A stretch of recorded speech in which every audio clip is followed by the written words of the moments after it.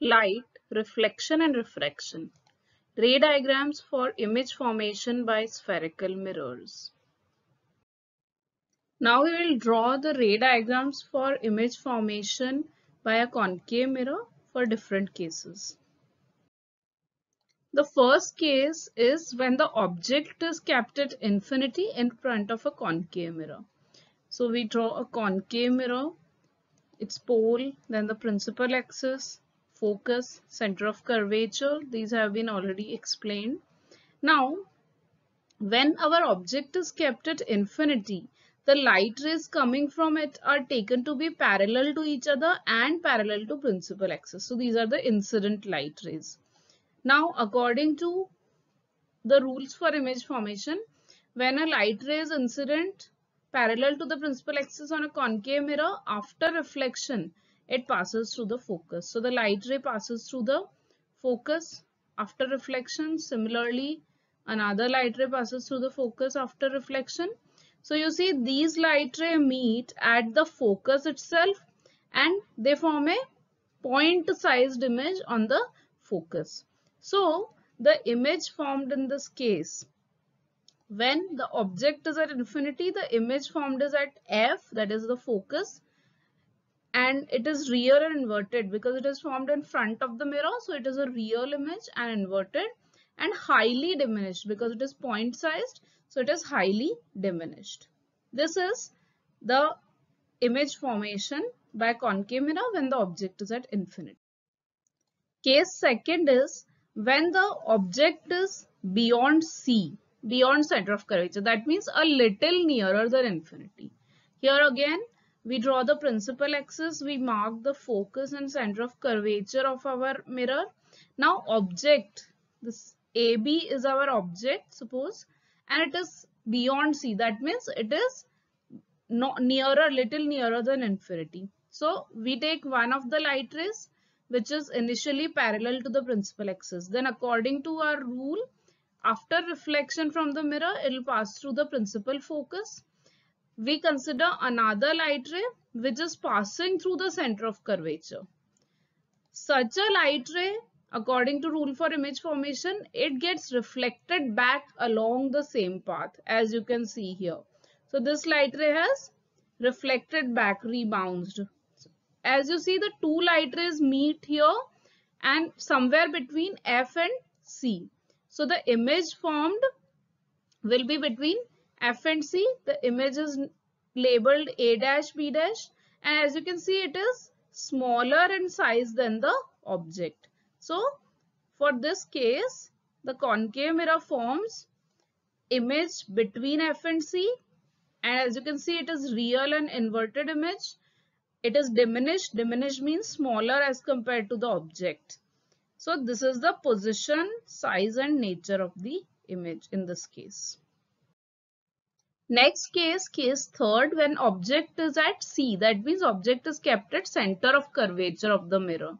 So here our object AB is there. This is the object AB and it is kept at the center of curvature as you can see in this diagram. Now, one of the light rays which is initially parallel to the principal axis is incident on the mirror. After reflection, it will pass through the focus of the mirror as is the rule. Now, we take another light ray which is initially passing through the principal focus. And according to the rule, after reflection, it will become parallel to the principal axis. Now, you see the two light rays meet over here, that is at C only. So, they form the image A dash B dash at C, and as you can see this image is real and inverted and it is same size as the object. The size of image and size of object are the same. So in this situation the image formed is at C. When object is at C, image is also at C. It is real and inverted as you can see and same size as the object. Next, we take case fourth when the object is between F and C. Now, we have brought the object a little more nearer. So, here is our principal focus and the center of curvature of the mirror. An object AB is kept between F and C, then one of the light rays initially parallel to the principal axis is incident on the mirror. This light ray after reflection will pass through the focus according to the rule which is well known. Then we take another light ray. Again, it is initially passing through the focus. Then after reflection, according to the rule, it will become parallel to the principal axis. As you can see, the two light rays meet beyond C, C ke baad. So the final image will be formed beyond C. So this final image A dash B dash is formed beyond C. As you can see, the size of image is larger than that of object, and it is from beyond C, and it is real and inverted as well. So in this case, when the object is kept between C and F, the image is from beyond C. It is real and inverted and enlarged. Enlarged means larger than the object. The next case, case fifth, is when the object is at F, that is principal focus. So here we have our object AB, and it has been kept at the principal focus of the concave mirror. Now one of the light rays initially parallel to the principal axis after reflection will pass through the focus of the principal focus of the mirror.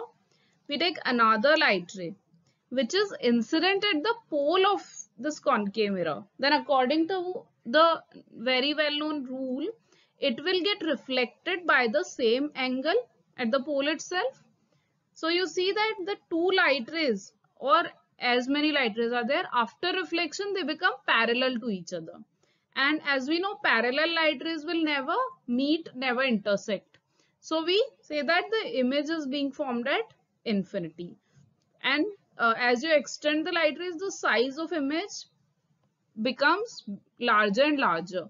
So here the image formed in this case, when object is at F, the image is formed at infinity. It is real and inverted, of course, because it is being formed in front of the mirror, and it is highly enlarged, very large in size than the object. Case 6, when the object is kept between P and F, pole and principal focus. That means very near to the mirror. We are keeping the object very near to the mirror. So here our object is kept between P and F. Object AB is there. One of the light rays initially parallel to the principal axis. After reflection, it will pass through the focus of the mirror. Then we take another light ray, again which is incident at the pole at some angle. Then it gets reflected back, making the same angle with the principal axis. Now we see that the two light rays do not actually meet. They are divergent, as you can see here. Okay, so no real image is formed. But if we extend the reflected rays behind the mirror, then the two light rays apparently meet, virtually meet, because they appear to be coming from this point, because after reflection they are divergent. So that's why the image formed here is virtual image, A dash B dash, and as you can see, it is erect, virtual and erect. Virtual because it is from behind the mirror, and erect with respect to the object, and it is also larger in size than the object. So the image formed in this case, when object is very near to the mirror between P and F, the image formed is behind the mirror, virtual and erect, and highly enlarged. Now we will see the ray diagrams for image formation by a convex mirror. The first case, when the object is kept at infinity in front of convex mirror. Now this time we are taking our convex mirror, and as we know, for convex mirror the focus and center of curvature are situated behind the mirror. Okay, now since our object is at infinity, the light rays coming from it are taken parallel to each other and parallel to principal axis. So a light ray is incident here. Then after reflection, according to the rule, it gets diverged. Similarly, another light ray coming from object at infinity parallel to the principal axis. All the rays are parallel to each other. The second ray also gets diverged like this, according to the rule for image formation. So these light rays are actually not meeting. No real images being formed. But if I extend them behind the mirror, I see that the two light rays appear to meet at the focus. The two light rays appear to converge at the focus.